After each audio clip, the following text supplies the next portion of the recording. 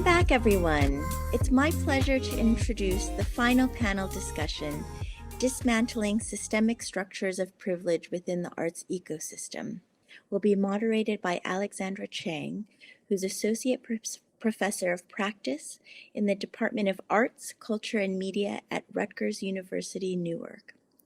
And she'll be accompanied by four panelists rather, Jessica Hong, Jennifer King, and Grace Samboh with Tamarra. And each of these panelists will give a 10-minute PowerPoint presentation. Grace and Tamarra will be presenting together, and this will be followed by 45 minutes of moderated discussion with about 10 minutes left over for question and answers with the audience. So it's now my pleasure to welcome Alexandra to the stage. Thank you, Alexandra. Thank you so much, Michelle. I really appreciate your invitation to be a part of this really important summit. And also, thank you to all the organizers, Asia Society, as well as Terra Foundation and Getty. I'd like to introduce our panel, which is Dismantling Systemic Structures of Privilege Within the Art Ecosystem. And I'm going to briefly introduce each speaker before their presentations. Jessica Hong is a curator and cultural worker who dedicates her practice to highlighting overlooked narratives and revealing and shifting the colonial frame institutional sites in order to implement long-lasting change. Hong is the curator of modern and contemporary art at the Toledo Museum of Art, where she is responsible for broadening art historical narratives and shaping a dynamic collection and exhibition program. Welcome.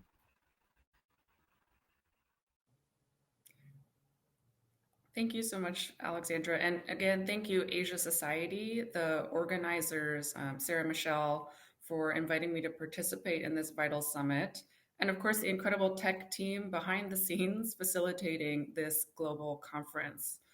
For this brief talk, I'll focus on my role here at the Toledo Museum of Art and how I'm contending with being a privileged agent functioning within a colonial institutional site. But as a newcomer to the area, having only started this role a few months ago, while having to think through privilege and questions of representation and equity as a quote unquote outsider. So with a very invisible Asian population in Toledo, it's quite evident that I am an outsider. And more broadly, Asians and Asian Americans, as we all know, are seen as a perpetual foreigner. So even in my short time here, I palpably feel this when I move throughout the city. If you go to the next slide, which will provide a quick snapshot of Toledo's demographics. On the left, you can see the racial demographics, majority white, but with a significant Black population whose roots can be traced to when Toledo was a stop on the Underground Railroad, and then following, quote unquote, emancipation, the Great Migration, to the rise of industry and factory labor in the 19th and 20th centuries. Of course, stats provide a very flat and fraught perspective of any city, and we must remember the humanity behind these numbers. But as a newcomer, it's a helpful starting point to grasp who comprises this community to get an initial idea of the complex dynamics in Toledo. Additionally, in the demographic on the right, you can see that most Toledo residents are from the area or have ties to the region, and this includes Toledo Museum staff. So as someone from a marginal community and then not from here, it makes me even more of an anomaly, making it a challenge to garner trust in what I want to do at the museum in service to our community members. So I'll discuss the challenges and what I've been working on as a starting point to think through strategies to engage our communities while in a space of privilege and simultaneously being quote unquote outside of it. But before going further, if we can go to the next slide, I first want to define privilege, which often gets bandied about loosely, causing confusion amongst the larger populace about who has privilege and why. So here's a definition by scholar Dr. Justin D. Garcia, which I'll let you all read for the sake of time, but I include it because he's focused specifically on the West and US, which is the only context in which I've functioned. And I'm also talking specifically about the space of the art museum. And while, again, I am part of certain marginal communities and have faced and continue to face personal and professional obstacles because of my social identities. I am a cisgender, educated woman, educated and able-bodied. And while it took me some time to get to where I am in a role of agency. As a curator, I have the power and privilege to shape curatorial programming and ultimately what visitors get to see and experience to a certain degree without their consent. There's also further expansion of expectations on a museum and curator, especially in the last decade, and in particular the last couple years, with the pandemic shutting down museums and following the murder of George Floyd, where museums struggled and continue to struggle not only to respond, but act to make meaningful change. So one curator alone or one museum can only do so much. But now that I'm in this new space, what I can do is to get to know our specific community better, to better understand our community's needs in order to help disrupt these systems of privilege and exclusion. So the Toledo Museum of Art is in a fortunate position in that it's the only cultural institution of the scale in the city. So there's a lot of pride in this institution. But other than the director, the staff are otherwise invisible. So it's hard to foster a sense of community with our audiences if people don't know who functions behind the scenes. Part of shifting this conception, if you want to go to the next slide, so part of shifting the conception of the institution is evolving what our work can look like.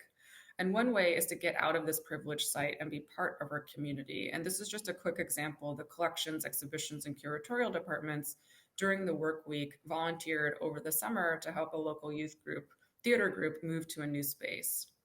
But if you can go to the next slide, just to provide larger context, the Toledo Museum of Art has typically situated itself in the historic Old West End. So you can see, hopefully you can see with the little marker for the Toledo Museum of Art and the glass pavilion. So everything kind of on the upper right-hand side is technically the historic Old West End, which is once where the major industrialists lived.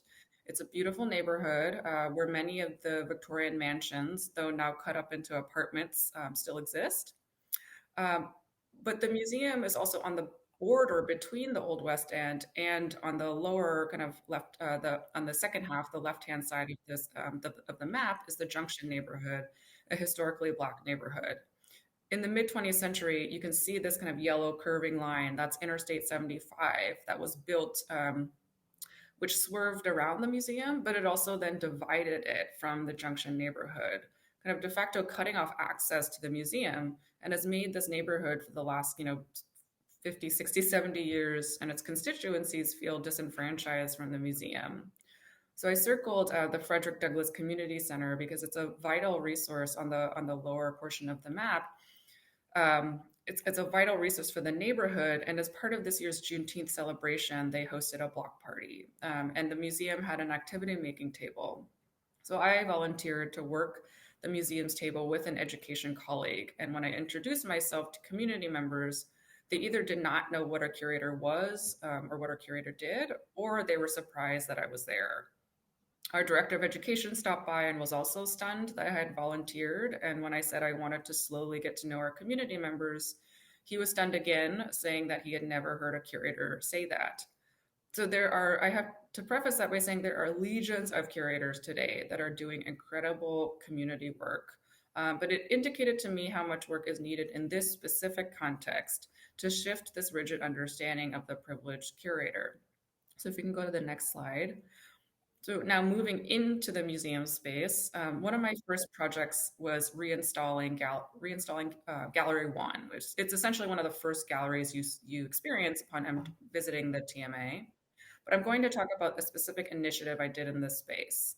I'm very aware that when people see any public-oriented text in a museum, especially of our scale, in this kind of historic, grand, neoclassical building, it's often authorless, making it look like we're a nameless, faceless, anonymous institution that bestows knowledge upon unsuspecting visitors, which is not very welcoming. So I wanted to bring at least names to demonstrate the multiple voices that comprise this institution, the varying departments, not just curatorial, that make this museum run, and all the hidden labor behind the scenes to serve our publics. So I featured staff responses to each of the works on view from almost every department. Rather than an art historical text, these are personal responses from each person's distinct vantage point, reminding viewers that the institution comprises subjective individuals, and we too have thoughts, opinions, feelings, experiences, but we're also resources for our publics. While this may seem like a minor external gesture, and I also must note again that this is not a novel initiative. Many museums have incorporated community voices and staff responses and galleries. But I'm sure, like many of you, I've entered a storied institution with a legacy of illustrious curators, but also a curatorial department that has, even in recent past, been seen as sitting in their ivory towers with little transparency as everyone works in service of a curator's agenda. So this was actually the first time the museum has ever featured voices outside of the curatorial department in this kind of public way. And so after this exercise, colleagues express that they don't get to think or write about art in this way and that they've missed having this connection with content. Again, a small gesture, but one that had great consequence, because this was a small way to help build trust amongst my colleagues, getting to know them and indicating I don't see them in their prescribed roles and that I hope they see me as a curator outside of this old world model. While I'm stating the obvious, this is not the only way to build trust. It's an ongoing process, but these small steps at the museum here has been a generative start, so that my colleagues will hopefully trust me to collectively work together on manifesting relevant programming for our audiences. So I focus mostly on the hyperlocal because change often starts small at the local level.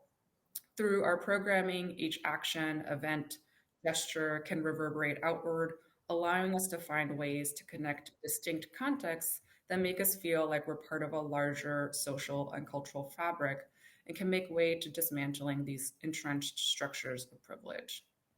Thank you very much, and I look forward to the next presentations.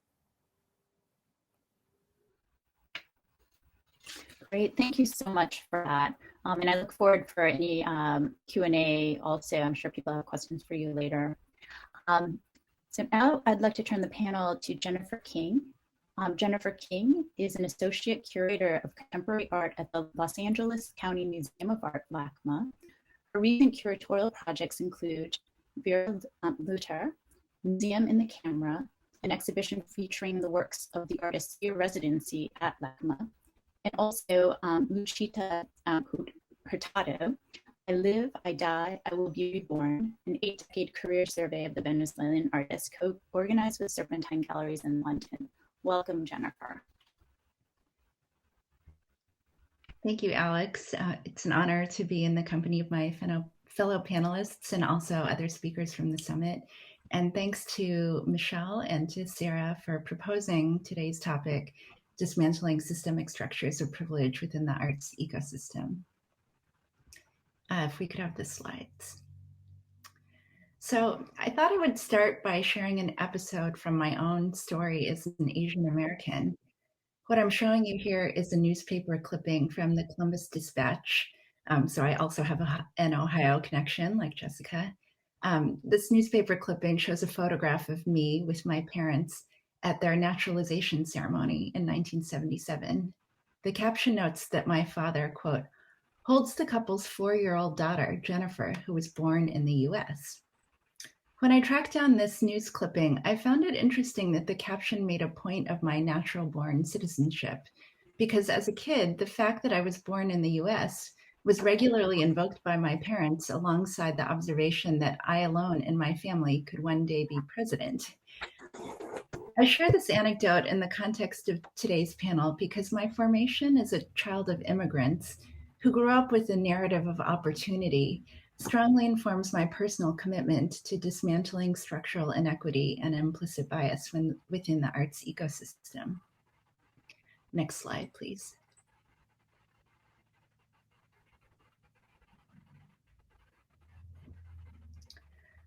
Of course, the murder of George Floyd, the COVID pandemic, and the Atlanta spa shootings have forced art museums to confront long ignored histories of racism, inequity, and privilege.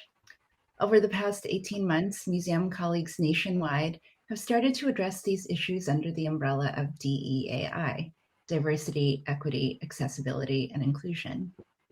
One thing I want to argue right off the bat is that museums need to bring in more outside expertise in DEAI.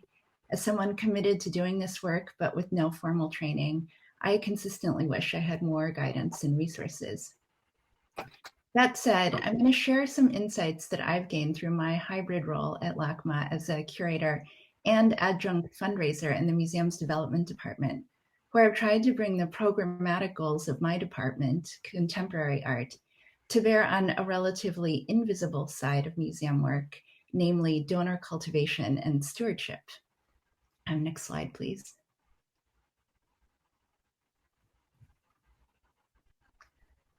First, I want to share some background context about LACMA, which is an encyclopedic museum and the largest art museum in the Western US. In some respects, LACMA is ahead of the curve when it comes to addressing inequity in the arts ecosystem. Since 2014, LACMA has been the program administrator for the Mellon Undergraduate Curatorial Fellowship Program, a 6-museum partnership that funds academic year fellowships for college students. From 2018 to 2020, LACMA was a grant recipient of the Diversifying Art Museum Leadership Initiative, DAMLI, funded by the Alice Walton Foundation and the Ford Foundation. And in 2018, LACMA embarked on a partnership with Arizona State University to make graduate school accessible in conjunction with full-time museum employment. These training initiatives all address the fact that art museum staff are significantly more homogeneous than the US population.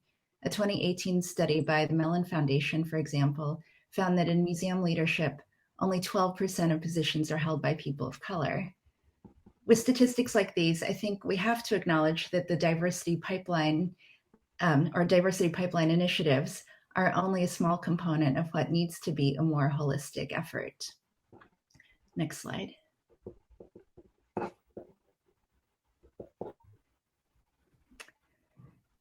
As I said, what I really want to talk about when it comes to dismantling structures of privilege in the arts ecosystem is the way that museums work with donors, who are often a less visible segment of the museum's audience, in contrast to the kind of public image of audience that I'm showing you here. Both are in fact crucial to the museum ecosystem. General audiences are, of course, the museum's primary constituency. For a museum like LACMA, located in one of the most diverse cities in the US, our institutional goal is that every visitor who walks in the door of the museum can see themselves, their stories, their heritage, and their future thoughtfully represented in the artworks on view. It's this general admission visitor that we typically have in mind when we talk about audience for our curatorial program. But what we don't acknowledge, precisely because conversations about wealth and privilege can be uncomfortable, is that donors constitute a considerable and often separate audience base, one that most museums in the US, including LACMA, rely on for financial support. What I want to suggest in relation to our panel topic is that there's an enormous opportunity in museums right now to move the needle on equity and diversity when it comes to donor constituencies. Next slide, please.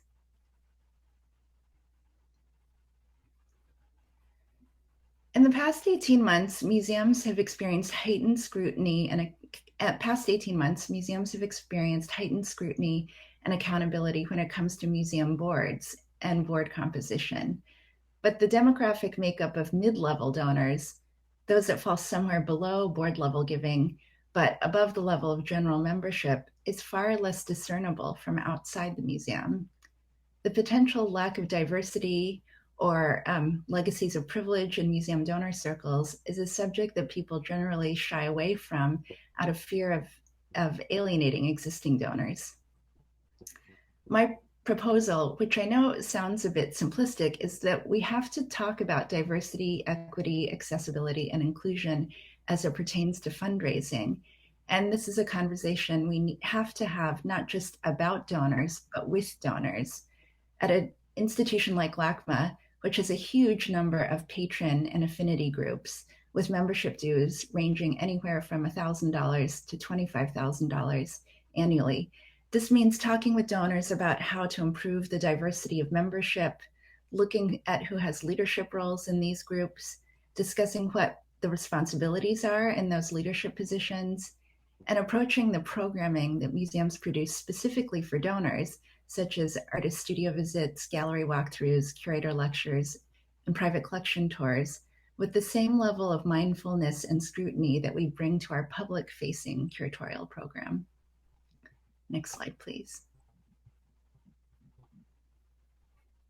I want to end by talking about two exhibitions that just opened at LACMA on November 7th. The Obama Portraits Tour, which traveled to LACMA from the National Portrait Gallery, and Black American Portraits, a LACMA organized exhibition curated by my colleagues Christine Y. Kim and Liz Andrews, featuring over 150 works spanning 200 years, drawn primarily from LACMA's permanent collection.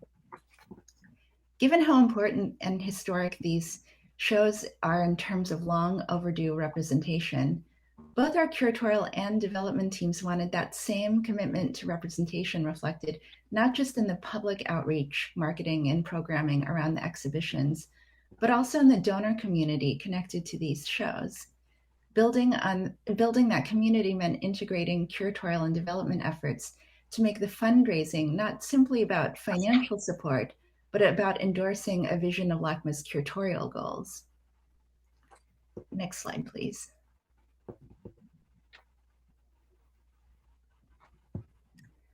What you're seeing on the left is a detail of the exhibition title wall, listing all of the donors who contributed funds to support the exhibitions.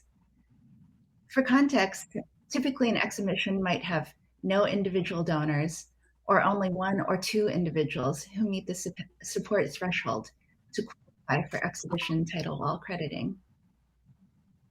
For the Obama Portraits and Black American Portraits, our development department collaborated with curatorial to pilot a support structure with a more accessible donation threshold. And we also spent 9 months leading up to the opening, very proactively working with both existing and new donors to expand our outreach. The result was a record 33 donors, many of them Black donors, many of them first-time donors, many of them donors who signed on precisely because they understand that their support mirrors the programmatic imperative of the exhibitions to showcase Black representation. This is just one case study, but I believe it's a model of donor cultivation that can be expanded in the future. Black, Latinx, and Asian donors are all underrepresented as a percentage of LACMA's donor community, but that's something that can change and is changing. Speaking for myself, I believe encyclopedics like museum need to look beyond public-facing curatorial program and consider less visible elements of the arts ecosystem, including private philanthropy, if we're going to achieve systemic change. Thank you.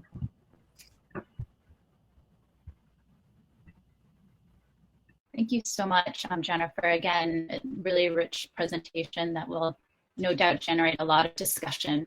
So we'll follow up on that soon. So yes, let's start our discussion then. And this has been a wonderful series of presentations already. In terms of what you are doing right now, Jessica and Jennifer, it's really impressive in terms of like, there's so much work going on that people actually don't see is actually happening right now at this moment. One thing I was wondering to ask both of you about is, because these initiatives are happening, and the Black American Portraits, for example, exhibition has happened, as well as Jessica really working on community engagement. How do you keep this sustainable? So it's not just a project that happens once, or, for example, also for the Black Portraits example that you had given, Jennifer, that, you have the exhibition, you bring on the donors. How do you keep a relationship with these donors so it's not this one-time thing? How do you keep, the curatorial staff also constantly engaged with the communities that you're working with, in terms of also, as an adjunct fundraiser, also the fundraising staff to be, constantly engaged with these new people that you have brought on? Yeah, I mean, I think you basically identified really the key issue is that this is not a one-time thing. Is that cultivating new donor relationships is really about the long term and the long game.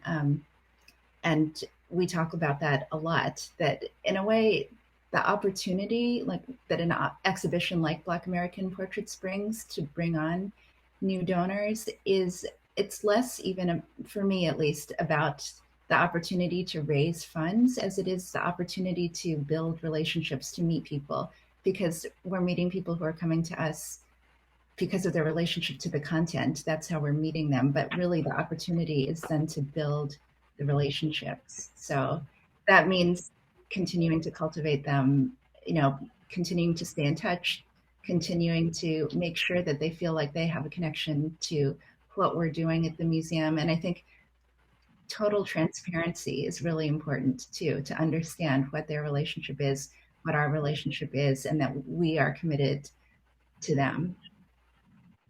I mean, that must be that's a huge responsibility in having, that commitment. I do want to continue with that discussion, but I see that we have both Grace and Tamarra on, which is fantastic. So I would like to bring them on for their presentation presently.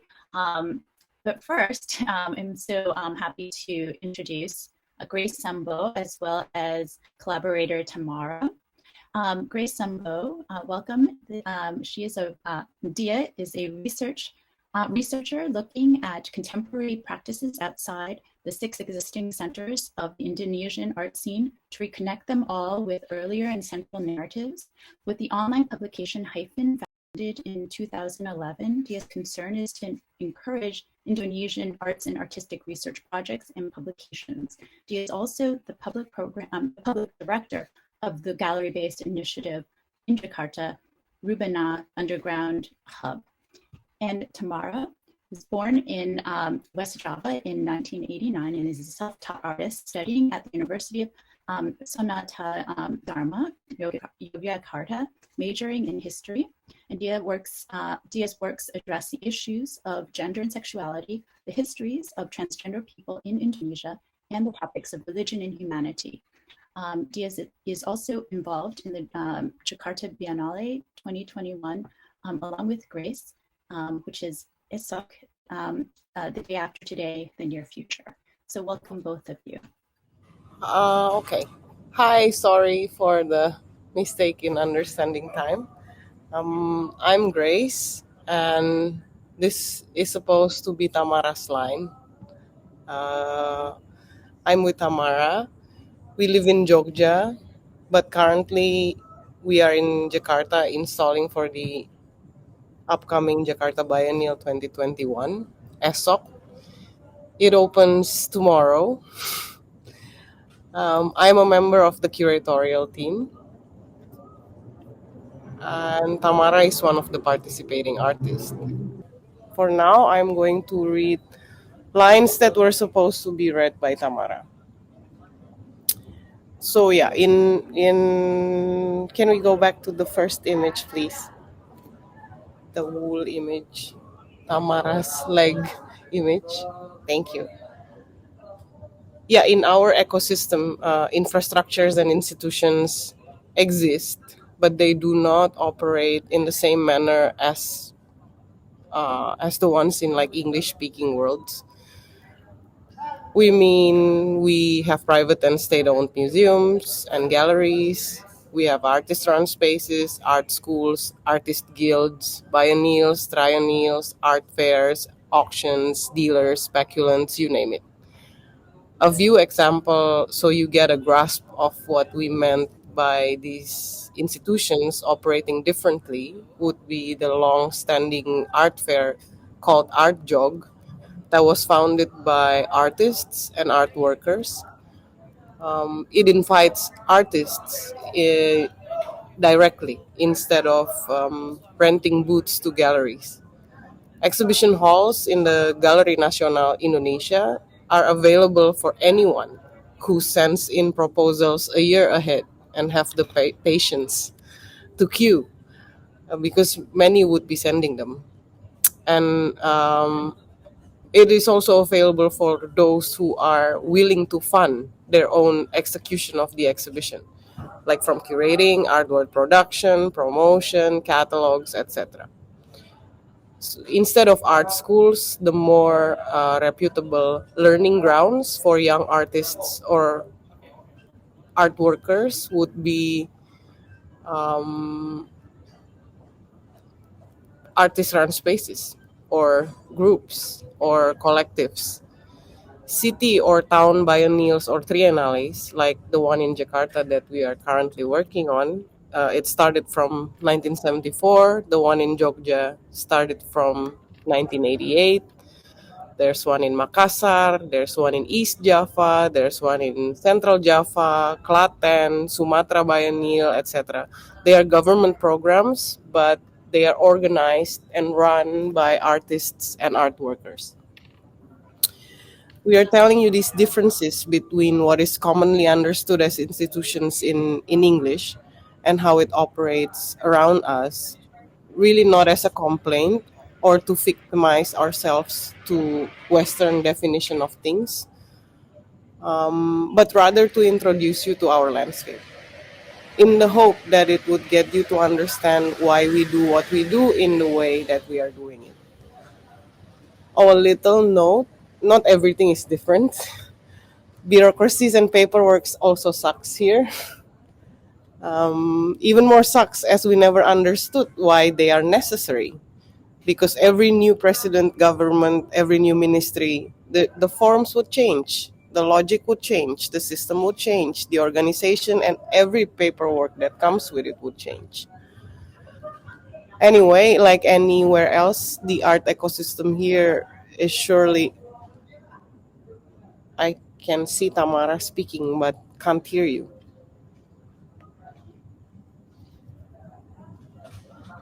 Okay, it's fine. I'm just gonna. These are still Tamarra's lines, and I will let you know when I'm changing to my line. Like anywhere else, the art ecosystem here surely is one of the privileged ones. But to dismantle its systems, its structures, are not where we are at. The more we think about it, the more we realize that we actually strive to renovate, to reconstruct, to refurbish, to customize the system for it to work for us, to work with us. We are not against paperworks or bureaucracies, believe it or not. We even try to make them work for us. For example, Tamarra recently went to court um, to have Tamarra's name changed in Tamarra's ID card. Why was that necessary? I mean, from a professional point of view, the art world is used for artists with stage names, non-legal names, names that are not the same with their passports.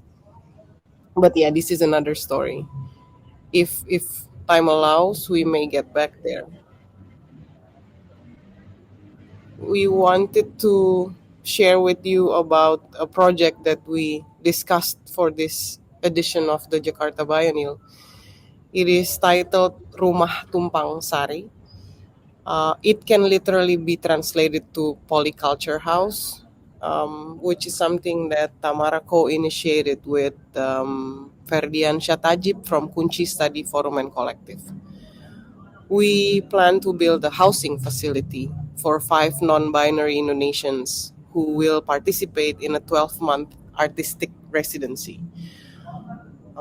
The program will include practical activities such as learning to cultivate land and water for agricultural purposes, alongside consultations with psychologists and spiritualists whose aim will be to heal those residents who have experienced trauma at the hands of their families, communities, and systems of governance.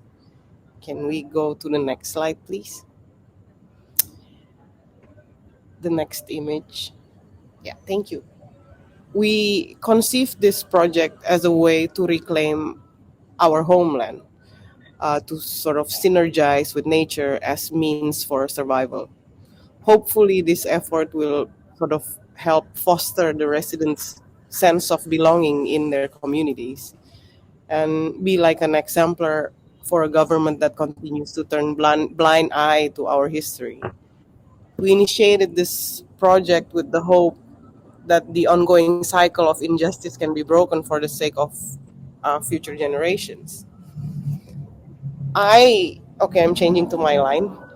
I have long known this idea of Tamarra to build this house that when I started inviting Tamarra for the biennial, didn't have a name. My invitation was simple. Hey, I know you had a plan to build this house. Maybe we can start developing it with the Jakarta Biennale. The production money can be a seed money to buy the land. And then the project itself towards and during the biennial can be like a crowdfunding venture, as well as an avenue for searching for funding for the building infrastructure, for the programming. But anyway, I came up with this kind of invitation because the biennial's artistic direction is art and activism. So these ideas seemed to fit perfectly, and I thought the fundings would work for artist production in a biennial. And the way it operates, it will not complicate us with receipts and all that crazy paperwork. All that we needed would have been like documentation of processes, narrative, something that can be called exhibition shots. And the installation, it could have been like a perfect booth for more fundraising during the exhibition time. But it didn't happen.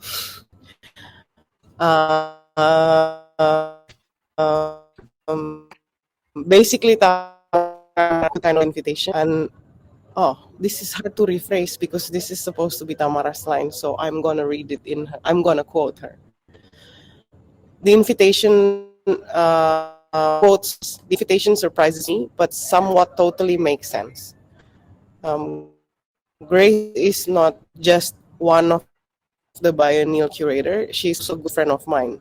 She knows not only what I have done or am doing, but also what I wanted to be doing. So yeah, we immediately went searching for the land together. End of quote. So we went to look for the land.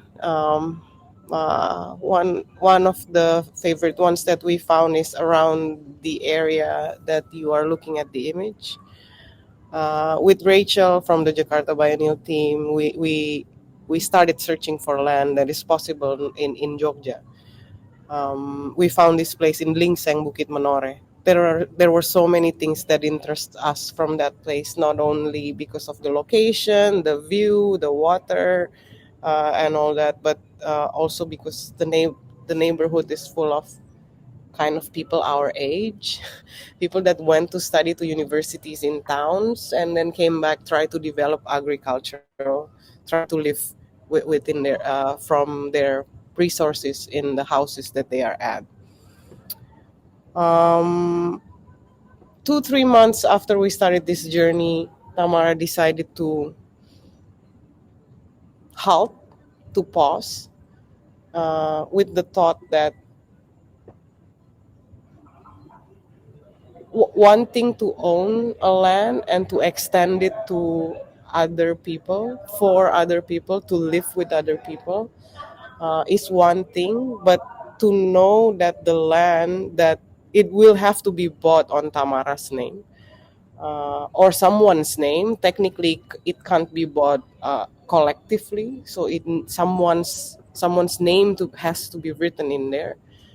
But to know that what one own does not come from one own's money, becomes or it comes from like a taxpayer's money or some sort of funding money, becomes a problem. So can we look at the next slide, please?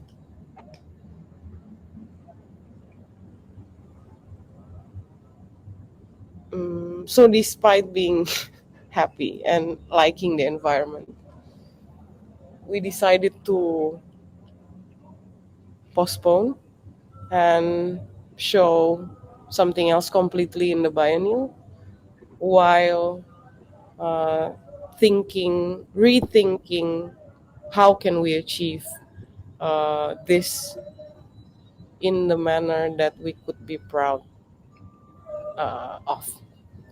Maybe I end at this, and then hopefully Tamarra can join the conversation.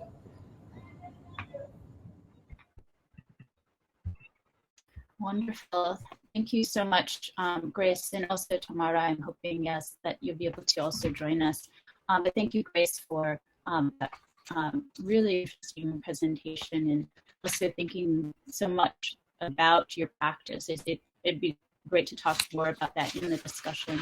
I want to continue a little bit with the question that we're visiting with Jennifer and Jessica and Grace. Please feel free to jump in on this too, about thinking about this moment in which with both Jennifer and Jessica, they were saying how, well, with Jennifer, how, she's working fundraising, rethinking, relationships with building with a more diversified funding base and how to sustain those relationships. That was the question.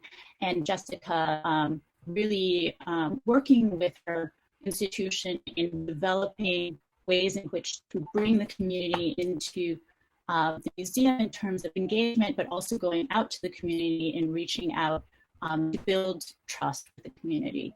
And so the question was really thinking about how to keep that to be sustainable. And I'd love to also include you on that question.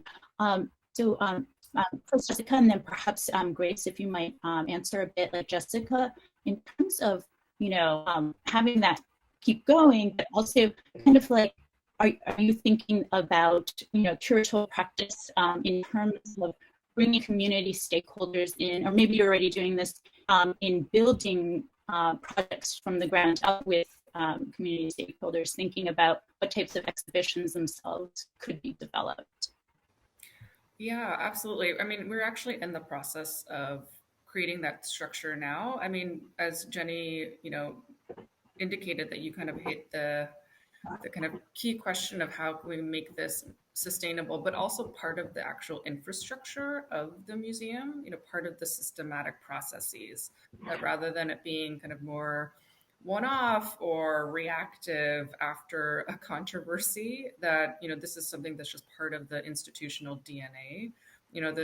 And Grace, I loved your comment about, we're not necessarily thinking about dismantling, because we have to think about some sort of structure in place in order to do this work, but how can then we refurbish, replenish, so that it actually does function as it needs to, according to the context in which we're all situated.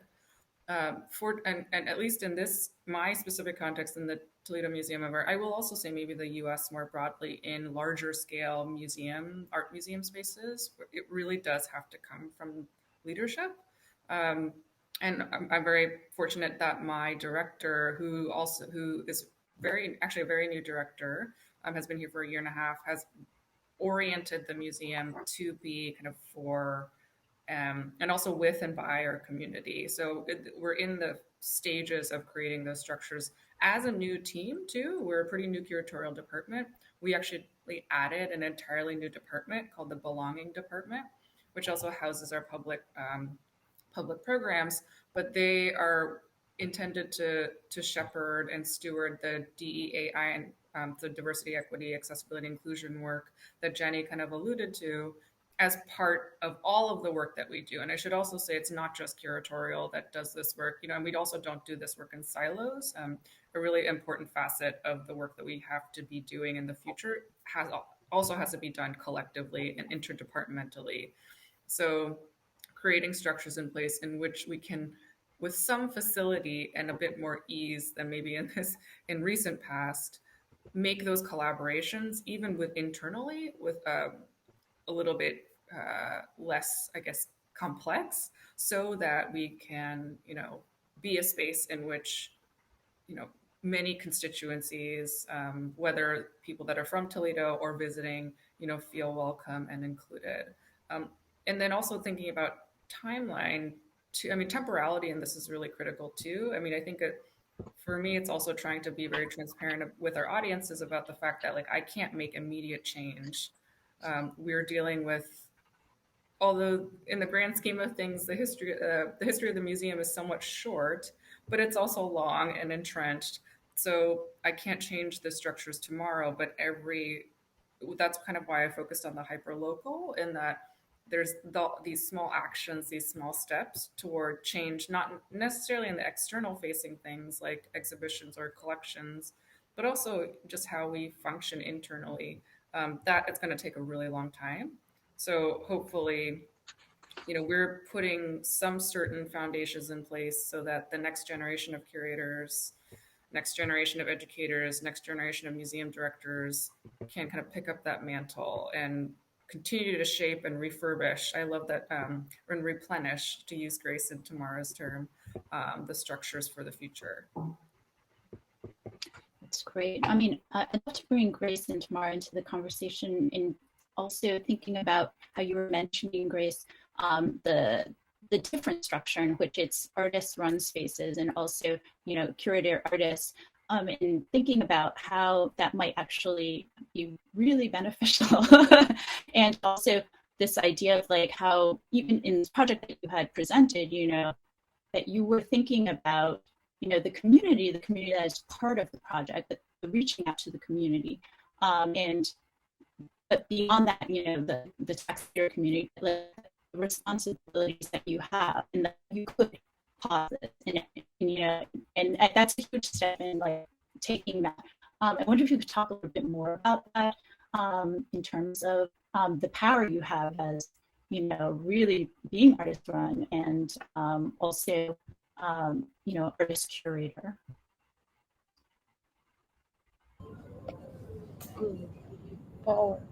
Power, I don't. Tamarra, maybe you can say something. Can you say something now? Yay! Yes. Oh, okay, cool, perfect. Sorry. This was a long journey about the microphone. Can you tell us a little bit like, I remember also you were a bit like reluctant to tell me that you wanted to pause and to think more about how Rumah Tumpang Sari should come to be. Like maybe it can, yeah. Can you tell us a bit on that part? Oh, okay. Actually, I'm a bit confused when I have to start, but I decided to not continuing Rumah Tumpang Sari project with the idea of collecting support from the Jakarta Biennale, because I uh, I I don't feel right on that moment, because Rumah Tumpang Sari is not only for transgender friends in Yogyakarta, but also that will be for me. I will stay there, I will live there, and I didn't feel right if I'm using people money for that. Even I know Grace is my closest friend, she's always helping me, but in this biennial, she's not only the curator of this project. There is any other curator to do this project. So I just tell her, I think I have to rethink about that, and I will found my own money for that. Maybe for the program, I can ask for help, but for the house itself, for the land itself, I think I feel more proud to myself as a person, as a human, not just because I'm transgender and people maybe feel how you call it, feel empathy, empathy. I don't know if that's the right word. So I think uh, I wanna fight with myself first. Yeah, Yeah. Is that understandable and makes sense? Sorry, my English is not. no, it's perfect. No, completely. I mean, it's interesting how you're bringing these ideas of empathy, and healing and spirituality within this context of thinking about the institution as well, and how you're doing that with this project, because that's something I don't think we really talk about much. I mean, we talk about relationships, but like really, being a spiritualist, for example, or a psychologist, and that, like, thinking about that is really interesting. And like what your practice as, curator and artist is in terms of like thinking about that relationship with the people that you're working with. And I also wonder about this question that we have with sustainability in terms of, because like there's this element of teaching and learning also and sharing in this project in terms of like connecting with nature, learning agriculture, like thinking about those types of things that go beyond like the exhibition timeline, like the biennial timeline, and like so, and also this pause is thinking beyond the exhibition timeline as well, and so that you're inviting people in, but not going to drop them at the end, So like there's this element of like transition and change and learning and sharing. So I wonder if you might talk about like thinking about, because also it's like after like you're thinking beyond the moment. So like how do you incorporate that into the practice? Mostly when it is an event, it is an exhibition, it is a project. It's right? something that we it's something that we struggle with this edition of the biennial. Like, how can it not end when the exhibition ends? How can we emphasize that the exhibition is a pause in many different participants' practice. So not just the curators, but also the artists and the like whole bunch of other collaborators that are working with the artists to treat the exhibition not as an end goal, but to I think we were trying pretty hard to tap into artist practices rather than sort of commissioning. That's one way to think about it. And sustainability is a very difficult concept, I think. um, a lot of us I are merely surviving. And I don't say it as a bad thing. I just think that it's almost impossible to imagine someone else doing what we are individually doing, or any artist run spaces. Regeneration is not a topic. I mean, it's not a topic. uh, if something dies, something else will live, and that's how ideas travel. It's not through the name of the space, but it's through the people who tells the stories about it and actually do it. No, that's really interesting about like thinking about who's telling stories, because I think that's very much about like what we're talking about too. And I wonder, because you're saying like we're very surviving, I just wanted to bring up this moment right now, the pandemic moment, and also thinking about so much that has happened during this time that have what has enabled or not enabled in your work, but also like thinking about Black Lives Matter, as well as different different things that has perhaps allowed within the U.S., but also globally, in terms of thinking or having a space to forge perhaps projects or goals. I know, like this is something that is not just of the moment for all of you. This is something you've been building for your whole careers, like in your relationships and ideas and practices. But like, how has this moment maybe enabled or not to actually enact on what you're hoping to see in the future? I wonder if folks would want to comment on that. Well, I mean, I can just quickly. Maybe Jessica, I don't know if you think. Yeah. Sure. I mean, I think that we're still figuring out what this period has enabled, only because I feel like we're still kind of working through what this experience kind of has brought. I mean, of course, we've seen some of the harrowing and immediate events kind of related to the pandemic and how it's affected, at least again in this context, art museums within the United States certainly kind of has affected everywhere. Every individual context globally, but there's definitely certain specificities in how the pandemic has affected that and the way that cultural practitioners and cultural workers kind of function.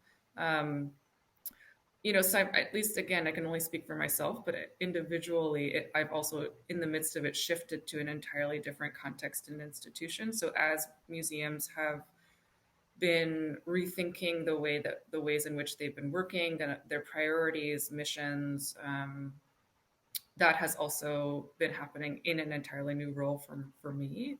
And so I feel very fortunate in that I've been able to also kind of pivot. I think that the ethos of the work that a lot of us have been doing has sustained. It's just a matter of what that could look like. It perhaps expanded the types of work that we could have imagined and conceived even just a few years ago. But at the very least, I know that my colleagues, even when I first started in this field about 15 or so years ago, a lot of this conversation seemed very under the surface, hidden. There was a lot of fear of reprisal for having, these open dialogues. And so it's kind of amazing today that we are publicly and globally casting how to dismantle structures of privilege. And or even that's just in the air. And while certain generations certainly will probably lament the fact that it's taken this long, and absolutely, but I'm hoping that this is an indicator that this at the very least, talking about sustainability, that these kinds of open conversations that will sustain will actually galvanize us and as practitioners, but also our audiences and visitors, so that we can perpetuate a sustaining lasting change. But knowing also, I should also say that I think that there's also a question about what sustainability actually looks like because it will always be different depending on whatever generation kind of comes next. The varying audiences may shift as time kind of moves on, but that's definitely something that to reflect on.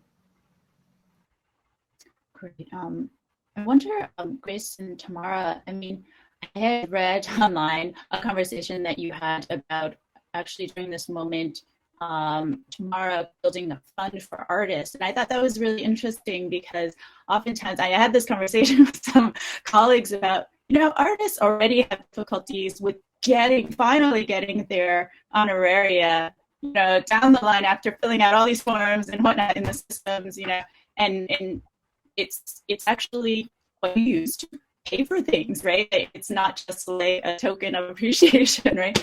But just like building a fund for this, because sometimes it's not even offered. But like, how did that work out?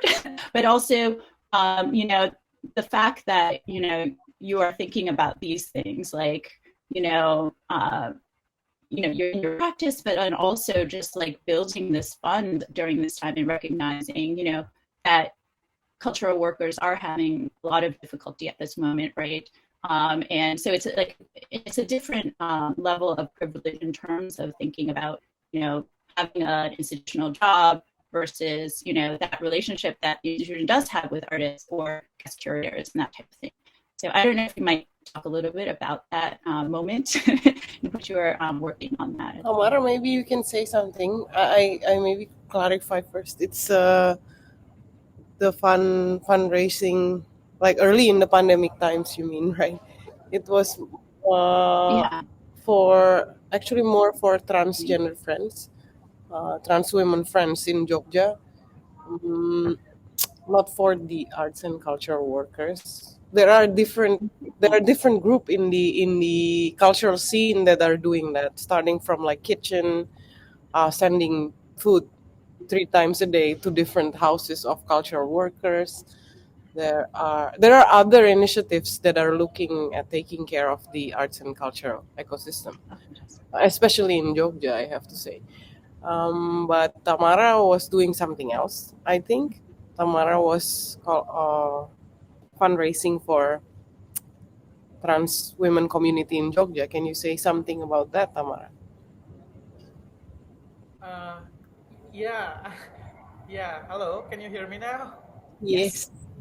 I'm a bit worried with my microphone now. So actually, most of Indonesian trans people, they work as a busker or as a sex worker.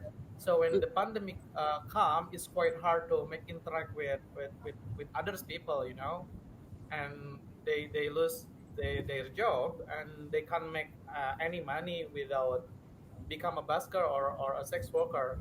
So that was a very difficult time for them. And one of our friends, which is from the art scene, also from the art ecosystem, Natasha Siddhartha, she just asked me, what would your friends need, because she know if this will be the hard time for my friends. And actually I don't really know what they need, because if you only give a food, that will be not enough for the unexpected time until when we will finish this pandemic. And actually I just came to the community and asked them what you really need, and they said, we need money for our rent. Yeah, this makes sense because they don't have income, and no one pay their bill, and no one pay the they rent their room, their boarding house. And I just use the money from Natasha to pay some boarding house, like 6 person. And after that, there's a lot of transgender people there, and they a bit jealous. Why you give that person money and you don't give to me? And okay, I make like the open donation for trans women in Jogja, like 250 250, and I choose the like the oldest one, the person who's already who get HIV, who infected with HIV. And it's really difficult time for them. So I have to choose also like which person I have to give. And then not only money, some of my friend also give like the food, like the sanitizer, but not only food ready to eat, but also food for cook. And also they give some like not medicine, but like vitamin, kind of that. And then i I distribute all those things for 1.5 year, like almost 2 year. And I feel like boom. Oh no, no. Tamarra. Oh no, I think we lost Oh, yeah. Tara. But I think that was really interesting. To end, I think we can't not think about the people that are around us. It's impossible. That's why, I mean, yeah, sure, we make things that can be exhibited. Sometimes it uh, meets with what people around us need, but sometimes it doesn't. Sometimes it's isolated in the gallery, and but yeah, but it's impossible not to think about people around us. So I guess in whatever we do, we try to always um, be with them however we can. Oh, welcome back, Tamara. I didn't know if you want to continue a little bit more. Thank you. I actually I'm a bit nervous because why everyone leave me just just recently. Right. I think I was make a mistake and say something bad and someone just kick me out. The opposite. We were hoping you would stay. But I really think what you're saying is so important, like, and what you've done is so important, because it's not just about like saying that you're going to connect with community. It's like you are being with community. I mean, you are part of community and like taking care of and, you know, seeking resources and that sort of thing, but also transparency in this project as well. That, you know, perhaps, you know, thinking about, you know, where is this money going, right? The questioning of the monies and being very transparent with what you're working on. Yeah, I think I want to add something just a little bit. Like after I feel like, can you all hear me? Sorry, I always I have to make sure.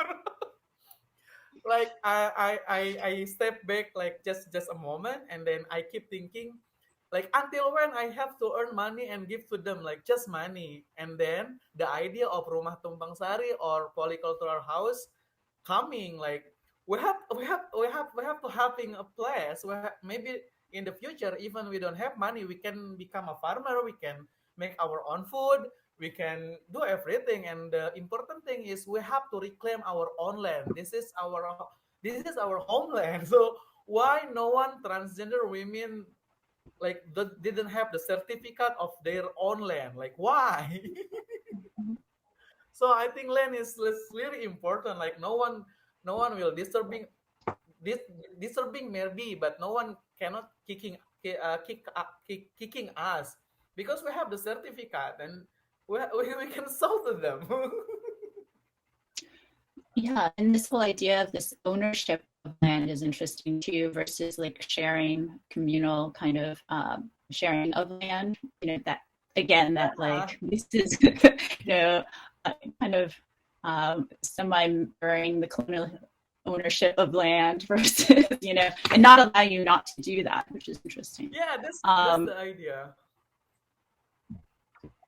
Great. I was wondering, like, again, in terms of, in terms of care, like, and care work, I mean, it's become something that people have talked a lot about in institutions, and, moments, and there are different moment levels and possibilities for care. And so I'm wondering, like, thinking about building collections, as a curator, as well as curatorial products, as well as donor cultivation, and also working with guest curators. So, and as a guest curator, like, what are ways in which institutions can manifest care, and that you are hoping to be able to do? And if you think that, your institution is actually working on this, which I actually, I mean, obviously some of these projects are very much about that, but that perhaps might even be more enhanced, and that it's not like a passing trend, right? Because, suddenly it becomes like the hashtag word, right? So again, it's always about sustainability, but like, how are you cultivating this idea of care in terms of like, and just Grace and Tamarra thinking obviously like healing at this moment within your institutions, because it is a moment that is very, fraught and heated, but also has potential, right? I don't know, Jennifer, you might want to jump in. I love how Grace and Tamarra, characterize it's really a kind of people first relationships that keep us going. And, we had talked about this issue a little bit in our pre-meet about care. And I was thinking when you suggested it, Alex, there's this work in LACMA's collection by an artist, E.J. Hill, that has the text, "Tenderness is our superpower." And I really think about that phrase a lot, because I think in this time, empathy is really important, because it is a sustainability timeline issue. As Jessica said, it's like really thinking about how do you sustain this over time.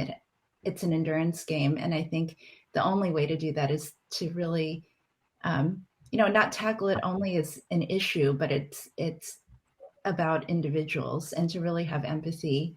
And I love these words that Grace used earlier, like refurbish or customize. And I think one of the earlier panels talked about reimagining things. I mean, I think even when we're trying to talk about structural inequities and, implicit bias, even the title of this panel, it's dismantling, but I think we have to even think about it more as reimagining, because in order to have empathy that makes it sustainable over time, emotionally. Like, I think a lot of people who are working on DEAI work do feel a kind of exhaustion, and to really think about how to sustain it.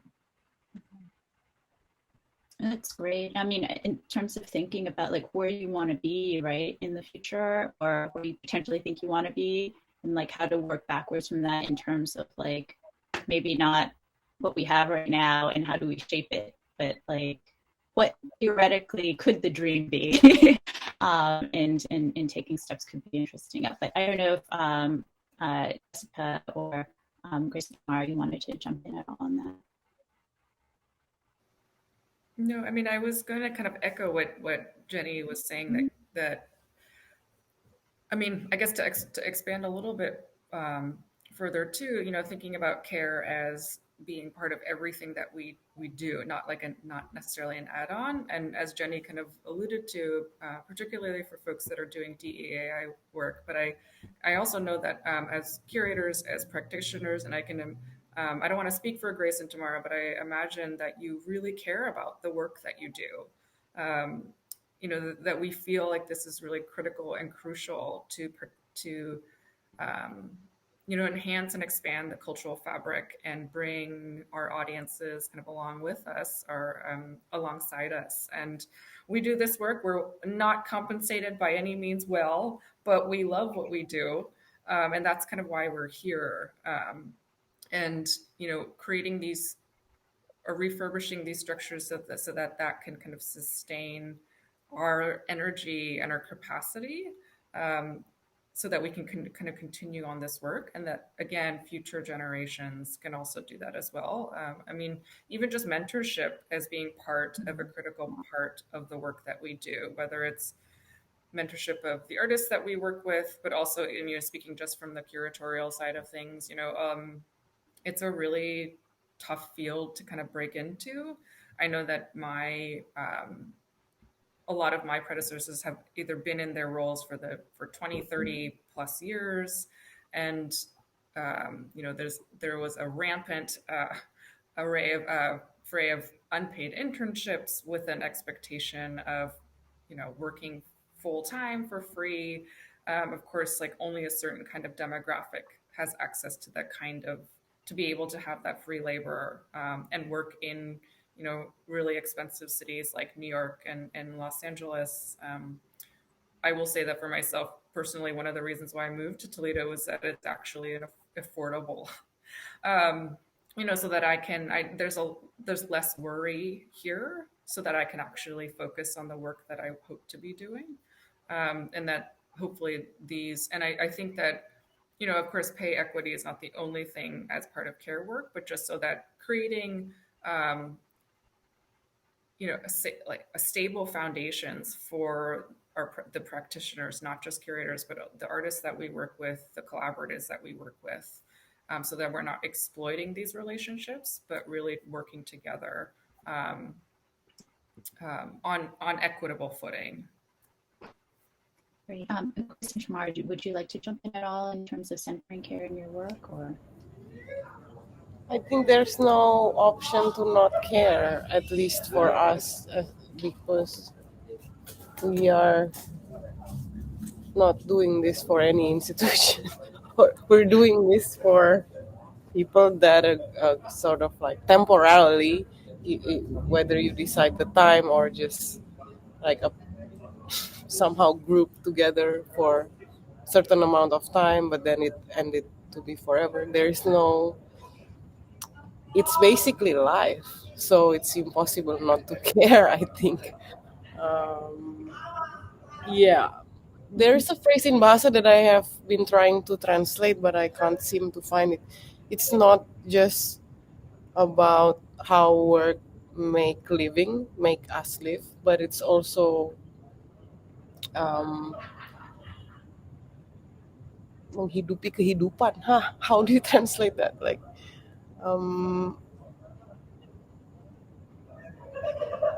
it's life. So it's some parts of it are work because it involves other people, some structure of money and all that. But some parts of what we do also is very difficult to really box whether this is art or this is art without the quotes, or do things become art because we put them in art spaces?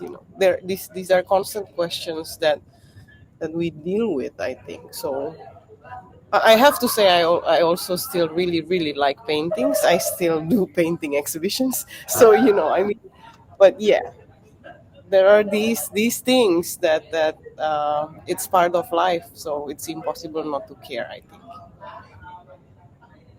Tamarra, did you want to say anything? Okay, well, I'm going to quickly take some Q&A because we do have about 10 minutes, and there is one that came in, and I would just like to invite people to put their questions in the Q&A so we can answer them. So the question is, recently Asian American alliances and coalitions have been formed. Is there one for museums? Do any of you know if there are any here? Jessica or Jennifer, perhaps for you? I don't know about museums specifically, but there's a group some of you are probably familiar with, Stop Discrimination, that is very artist-centered, which has been doing some amazing programming. Actually, at the start of the pandemic, they co-sponsored a program at LACMA. My colleague Christine Wycam was really involved in, called Racism as a Public Health Issue, to address anti-Asian hate. I wanted to address a question you posed earlier, Alex, about Black Lives Matter this moment. And I would say for Asian American alliances and coalitions that I really want to credit. I mean, I think we have to acknowledge that the murder of George Floyd and Black Lives Matter moment has really enabled a lot for Asian Americans to really follow in the work that they have done, because this moment of reckoning kind of nationwide in all fields, they've really laid the groundwork for that. And I feel that in museum work, that even like working on this Black American Portraits show, it creates a template that then we can follow for Asian American artwork, donor cultivation, etc. And I do just want to quickly highlight a project I recently learned about by that colleagues at Stanford Art Museum, the Cantor Art Museum, are spearheading Asian American art initiative to collect archives and artwork by Asian Americans that recently only came to my attention, and I would really just want to call them out. No, that's really important to underline. Thank you so much in terms of coalition building, but also like the space that Black Lives Matter really has opened in this time, this really important time, and also thinking about collections and collections building in terms of the institution. I don't know, Jessica, if you might be able to comment a little bit about that too, in terms of like, how has this moment allowed for more talk about that in your museum in terms of diversity, bringing in collection, different things into the collection as well? Yeah, no, absolutely. And, to echo what Jenny was saying, that in addition to the significance of Black Lives Matter during this pandemic time, they've also been around for, this movement has been around for years following the murders of, namely unarmed Black individuals.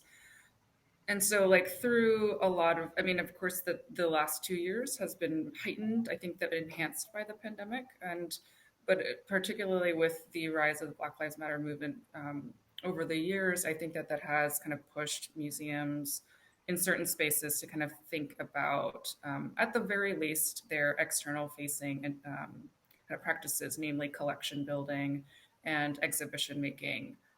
But I know that for all of the institutions that I've been functioning in of late, in the last at least 5+ years, that's definitely an active conversation that we've been having, and also building it into collections policy, but making sure that it's also expansive enough that it can be adaptable, as new curatorial kind of staff comes on board.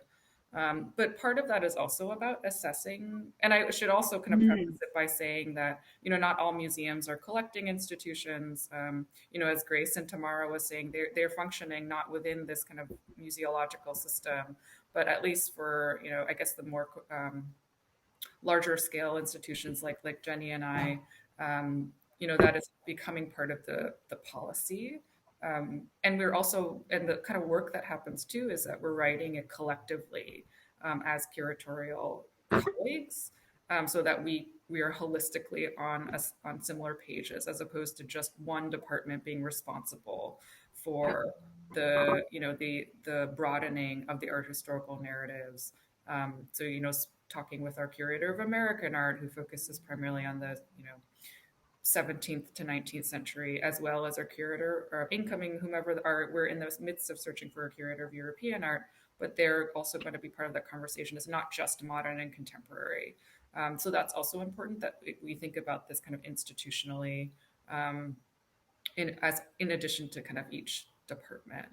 And we're also thinking about how we can bring our community members into that as well, because it is, technically, if we take deaccessioning out of the conversation, you're bringing a work in permanently into a collection that the institution will forever be responsible for stewarding, recontextualizing, and caring for this work, which is a really great and grand responsibility, which also means that audiences or visitors will have to live with this work forever in perpetuity as well.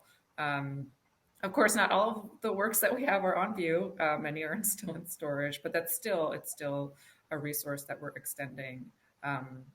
So that's also something that we're thinking through as well. Thank you. I wonder if Grace, you might be able to talk a little bit about your work with Hyphen and the platform you also have with that in relationships, perhaps to opening spaces for talking about issues.